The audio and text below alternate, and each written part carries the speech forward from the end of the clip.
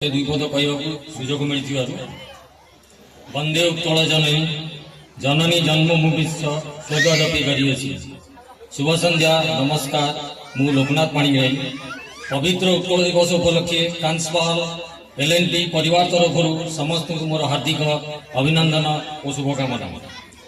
उपस्थित मंचस्थ मुख्य वक्ता माननीय डॉक्टर पीके शतपथी उत्कल ज्योतिर कर्मकर्ता वृंद मंच सम्मुख में उपस्थित गुरुजन भाई भौणी और पिला मोर सादर प्रणाम। उड्र कलिंग उत्कल आधुनिक नाम ओडिशा उत्कल उत्कृष्ट कलार देश उत्कल कारुकार्य पर्वपर्वाणी प्रथा और परंपरा विश्व परिचित इतिहास पृष्ठा उत्कलीय मानकर वीरत्व त्याग और आदर्श चर्चित यथार्थ कहुई विश्वनांग भारत श्रेष्ठ देशनांग उत्कल श्रेष्ठ उत्कल से समदेश देश नास्ति मही तले स्मरणातीत काल उत्कल थिला अखंड सुविशाल सांगकू यह थिला क्षमताशाली और प्रभावशाली।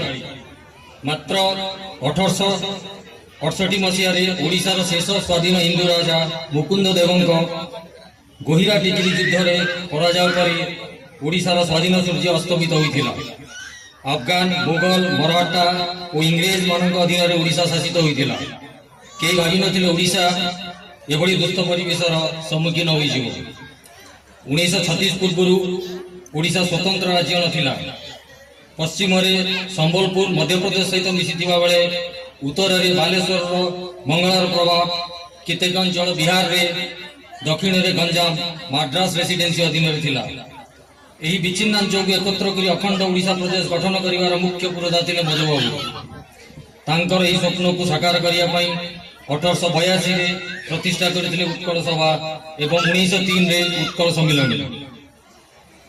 जो मानकर साधना संकल्प एवं संग्राम फल ओडिया भाषा जाति साहित्य संस्कृति ऐतिह्य परंपरा आज सुसंगठित से उत्कल गर्व मधुसूदन दास व्यासकवि फकीरमोहन सेनापति उत्कलमणि गोपबंधु दास स्वभाव कवि गंगाधर नायक पंडित गोदावरी मिश्र परी अनेक वीरपुत्र प्रमुख अग्रपूज्य अनेक घात और प्रतिघात मुकुड़ी ओडिशा आज समृद्ध और विकसित राज्य में परिणति हो पारी। ओडिशा आज स्वतंत्र मात्र दुखर विषय एक शांतिपूर्ण राज्य भाव में परिणति हो पारना। गोटे पटे राज्य अधिक अधिक अपराध प्रवण हो चली एवं अन्य पटे ओडिया भाषा प्रति लोक मानकर उदासीन मनोभाव।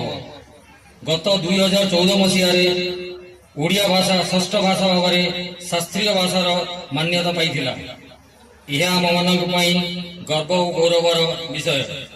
किंतु आज आम मैंने निजर संतान मानक मातृभाषा अपेक्षा इंग्राजी भाषा शिक्षा प्रदान करने गौरवान्वित मन करुचु। इंग्राजी शब्द व्यवहार न करी 5टी मात्र व्याख्या करने आम मान पक्षे असंभव हो पड़ी।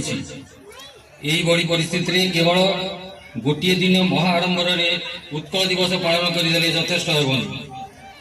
बरं आमे समस्ते एक मन एक प्राण होई ओडिशा को ओडिया भाषा को बंचाई रखाई चेष्टा करने संगे संगे एक शांतिपूर्ण शोषण मुक्त दुर्नीति मुक्त ओडिशा गठन करने आगे आसवा उचित।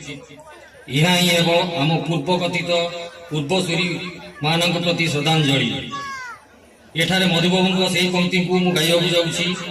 उठरे उठरे उत्कल संतान उठी उठू केते दिने पूर्व गौरव पूर्व साहस पड़ब कि केवे मने। आज समय आम आम स्वार्थ लोभ और मोह ठार दूरे रही उत्कल मार सेवारे जीवन को उत्सर्ग करने को हेब। यह ही आज पवित्र दिवस रे प्रत्येक ओडियार होई उठु एक आदर्श अनुचिंता। जो अनुचिंता गढ़ी तोड़ एक नव उत्कल। जय मां उत्कल जननी तुम चरणे शत प्रणाम। जय जगन्नाथ वंदे उत्कल जननी नमस्कार।